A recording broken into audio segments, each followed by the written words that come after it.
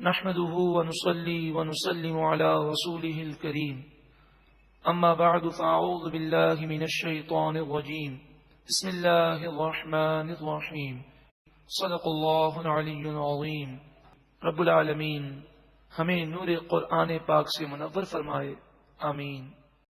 انما کان قول المؤمنین، مومن تو یہی کہتے ہیں، اذا دعوا الی اللہ ورسولہ، جب انہیں اللہ اور اس کے رسول کی طرف بلایا جاتا ہے، لیحکم بینہم، تاکہ شریعت ان کے درمیان فیصلہ کرے، تو وہ شریعت کے فیصلے کو قبول کرتے ہیں اور کہتے ہیں ان یقولوا سمعنا واطعنا، وہ کہتے ہیں ہم نے سنا اور ہم اس کے فرما بردار ہیں۔ وہ اپنا نقصان اور نفع نہیں دیکھتے، جو شریعت کا حکم ہے اپنے سر کو جھکا دیتے ہیں۔ وَأُولَئِكَ هُمُ الْمُفْلِحُونَ، یہی لوگ کامیاب ہیں۔ وَمَن يُطِعِ اللَّهَ وَرَسُولَهُ، اور جو اللہ اور اس کے رسول کی فرما برداری کرے، وَيَخْشَ اللَّهَ وَيَتَّقْهِ، اور وہ اللہ سے ڈرے اور تقوی اختیار کرے، متقی پرہیزگار بن جائے، فَأُولَئِكَ هُمُ الْفَائِزُونَ، یہی دونوں جہاں میں کامیاب ہیں۔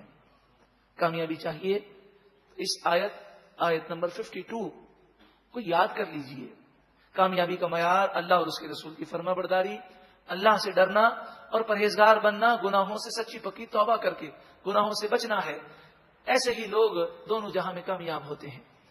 وَأَقْسَمُوا بِاللَّهِ جَهْدَ أَيْمَانِهِمْ، ان لوگوں نے اللہ کی قسمیں کھائیں، جہد ایمانہم، پکی قسمیں کھائیں۔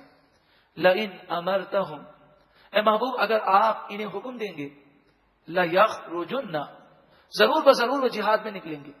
یہ ان مسلمانوں اور منافقوں کے رد میں ہے کہ جو جہاد پہ ایک دفعہ نہ نکلے، پھر کہنے لگے خدا کی قسم اب اگر آپ حکم دیں گے تو ہم ضرور نکلیں گے۔ قل لا تقسموا، اے محبوب آپ فرمائیے قسمیں نہ کھاؤ۔ زیادہ قسمیں کھانے کو نبی اکرم صلی اللہ علیہ وآلہ وسلم نے ناپسند فرمایا، یہاں تک کہ فرمایا کہ جو سچی قسم بھی خرید و فروخت اور بزنس میں کھائے اس سے بھی بے برکتی ہوتی ہے۔ تو بغیر مجبوری کے قسم نہیں کھانی چاہیے، سچی قسم بھی نہیں کھانی چاہیے۔ تو پھر جھوٹی قسم کھانا یہ تو دنیا اور آخرت کی تباہی ہے۔ طاعۃ معروفۃ، ایسی فرما برداری کرو جو شریعت کے مطابق ہے۔ دعوے مت کرو، قسمیں مت کھاؤ، شریعت کی فرما برداری کر کے دکھاؤ۔ ان اللہ خبیر بما تعملون، بے شک اللہ تعالی تمہارے تمام کاموں سے خبردار ہے۔ قل، اے محبوب آپ فرمائیے، اطیعوا اللہ و اطیعوا الرسول، اے لوگوں اللہ کی اطاعت کرو اور اس کے رسول کی اطاعت کرو، یعنی قرآن و حدیث پر عمل کرو، اور جس طرح صحابہ کرام نے حضور کی اطاعت کی اسی طرح حضور کی اطاعت کرو۔ فَإِن تَوَلَّوْا، پھر اگر وہ منہ پھیر لیں اور اطاعت نہ کریں، فَإِنَّمَا عَلَيْهِ مَا حُمِّلَ، تو حضور صلی اللہ علیہ وآلہ وسلم پر وہی ہے جو بوجھ ان پر ڈالا گیا، یعنی آپ کا کام ہے پہنچا دینا۔ وَعَلَيْكُمْ مَا حُمِّلْتُمْ، اور تم پر وہی بوجھ ہے جو تم پر ڈالا گیا، تمہاری ذمہ داری ہے تم عمل کرو، عمل نہیں کرو گے تو اپنا نقصان کرو گے۔ وَإِن تُطِيعُوهُ، اور اگر تم ان کی فرما برداری کرو گے، تَهْتَدُوا، تو تم ہدایت پا جاؤ گے۔ وَمَا عَلَى الرَّسُولِ إِلَّا الْبَلَاغُ الْمُبِينُ، رسول صلی اللہ علیہ وآلہ وسلم پر تو لازم صرف واضح نصیحت کو پہنچا دینا ہے، اب جو عمل نہیں کرے گا اس کا اپنا نقصان ہے۔ وَعَدَ اللَّهُ الَّذِينَ آمَنُوا مِنْكُمْ، اللہ تعالیٰ نے تم میں سے ایمان والوں سے وعدہ فرمایا۔ وَعَمِلُوا الصَّالِحَاتِ، وہ ایمان والے جنہوں نے اچھے عمل کیے ان سے اللہ نے وعدہ فرمایا۔ لَيَسْتَخْلِفَنَّهُمْ فِي الْأَرْضِ، کہ متقی لوگوں کو ضرور بضرور اللہ تعالیٰ زمین میں انہیں حکومت عطا فرمائے گا، انہیں غلبہ دے گا۔ تو جو مسلمان اگر متقی پرہیزگار ہو جائیں کہ نام نہاد روشن خیالی کے نام پر بے حیائی کو چھوڑ کر قرآن و حدیث کی طرف آ جائیں، ہماری شکست فتح میں تبدیل ہو جائے، یہ اللہ کا وعدہ ہے۔ كَمَا اسْتَخْلَفَ الَّذِينَ مِن قَبْلِهِمْ، جیسے ان سے پہلے لوگوں کو حکومت دی۔